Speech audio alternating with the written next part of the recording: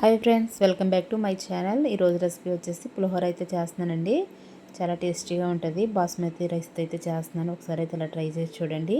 మీకు నచ్చితే సబ్స్క్రైబ్ చేయండి, లైక్ చేయండి, షేర్ చేయండి, కామెంట్స్ కూడా చేయండి. ముందుగా అయితే రైస్ తీసుకుని పక్కన అయితే పెట్టుకున్నానండి. తాలింపులకైతే ఆవాలు, ఎండుమిరపకాయలు, కరివేపాకు, సాల్టు, పసుపు, పల్లీలు, పచ్చెనపప్పు, మినప్పప్పు, కొంచెం అయితే అల్లం తీసుకున్నానండి. అల్లం అయితే కట్ చేసుకోవాలి చిన్న చిన్న ముక్కల కింద. కొత్తిమీర, చింతపండు, పచ్చిమిరపకాయలు అయితే తీసుకున్నానండి. ఇవైతే ముందుగానే మనం పక్కన పెట్టుకోవాలి. రైస్ అయితే ఉడికించుకోవాలండి.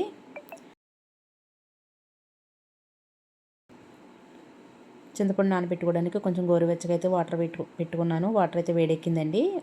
చింతపండు అయితే వేసేసుకుంటున్నానండి. స్టవ్ మీద అయితే ఒక గిన్నె పెట్టుకున్నానండి. ఆయిల్ వేసుకుంటున్నానండి ఇవన్నీ ఫ్రై చేసుకోవడానికి. ఆయిల్ వేడెక్కింది. పల్లీలు అయితే వేసుకుంటున్నాను.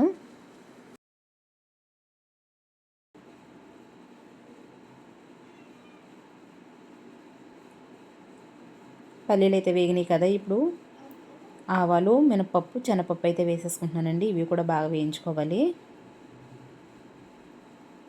స్కిప్ చేయకుండా మాత్రం చూడండి వీడియో.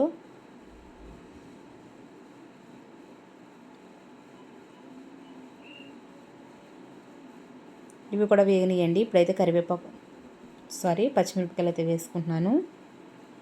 అలాగే కొంచెం అల్లం ముక్కలు కూడా కోసి పక్కన పెట్టుకున్నాం కదా, అల్లం ముక్కలు కూడా వేసేసుకుంటున్నానండి. కరివేపాకు కూడా వేసుకోవాలి.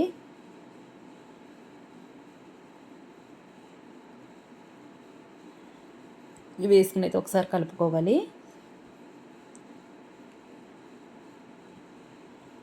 ఎండుమిరపకాయలు అయితే వేసుకుంటున్నానండి. సాల్ట్ కూడా వేసేసుకుంటున్నాను టేస్ట్కి సరిపడగా. ఒక స్పూన్ పసుపు అయితే వేసుకుంటున్నానండి. ఇవి వేసుకుని అయితే ఒక 2 నిమిషాలు ఫ్రై చేసుకోవాలి.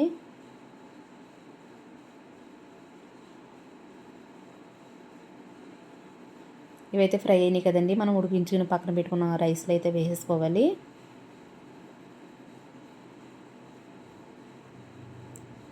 మళ్ళీ అదే గిన్నెలో అయితే మనం చింతపండు అయితే ఉడికించుకోవాలండి. చింతపండు పులుసు తీసి పక్కన పెట్టుకున్నాం కదా, నేనైతే వడపెట్టుకుంటున్నాను. చూడండి, వడపోసుకుంటున్నాను చూడండి. ఇలాగైతే మనం తీసుకుని ఉడికించుకోవాలి. శుభ్రంగా అయితే ఉడికిపోయింది. చింతపండు కూడా వేసేసుకుంటున్నాను. చింతపండు అయితే వేసుకున్న తర్వాత బాగా కలుపుకోవాలి. రైస్ అయితే పొడి ఉడికించుకోవాలండి. చూడండి ఎంత చక్కగా అయితే ఉడికించుకున్నాను. పైన కొత్తిమీర అయితే వేసుకుంటున్నానండి. అంతేనండి, ఎంతో టేస్టీగా పులిహోర రెడీ. చాలా టేస్టీగా ఉంటుందండి. ఒకసారి అయితే ట్రై చేసి చూడండి. మీకు నచ్చితే సబ్స్క్రైబ్ చేయండి. మళ్ళీ మంచి రెసిపీతో కలుస్తాను. Bye friends.